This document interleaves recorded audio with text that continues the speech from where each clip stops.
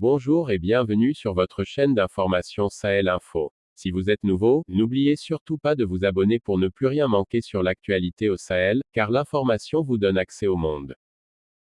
Le président bissau-guinéen, Umaro Sissoko Embalo a échappé de justesse à un énième coup d'État militaire le mardi 1er février 2022, au cours d'un point de presse dans la soirée. Il a remercié les forces de défense et de sécurité qui ont fait échec au coup d'État et dénoncé « un acte préparé et organisé ».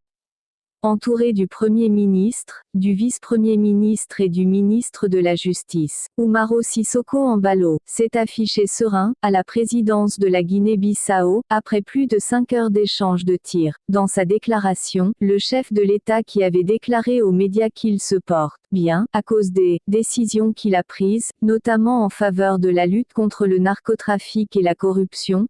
Il a aussi affirmé, ce n'est pas qu'une tentative de coup d'État mais une attaque pour tuer le président de la République et tout le cabinet. D'après le président Embalo, l'armée a procédé à des arrestations et une enquête est ouverte pour élucider davantage cette affaire. Le sang a coulé dans la capitale de la Guinée-Bissau ce mardi. En effet, une source de sécurité ayant des contacts à l'intérieur du palais du gouvernement a déclaré qu'un nombre inconnu de personnes avaient été touchées par des coups de feu. Une deuxième source a déclaré que 2 personnes étaient mortes. Mais on ne sait pas qui elles étaient. Le président Embalo a lui aussi confirmé cette information en déclarant qu'il y avait beaucoup de morts. Ils sont le fait d'éléments isolés, a-t-il déclaré.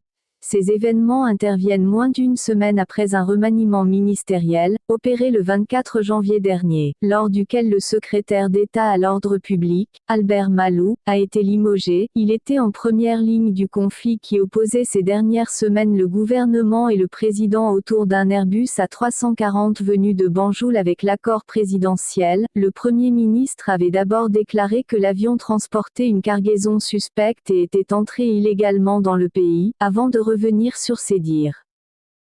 C'était tout pour cette tranche d'information. Nous espérons avoir pu au mieux vous informer, alors n'oubliez surtout pas de vous abonner pour ne plus rien manquer sur l'actualité africaine et internationale.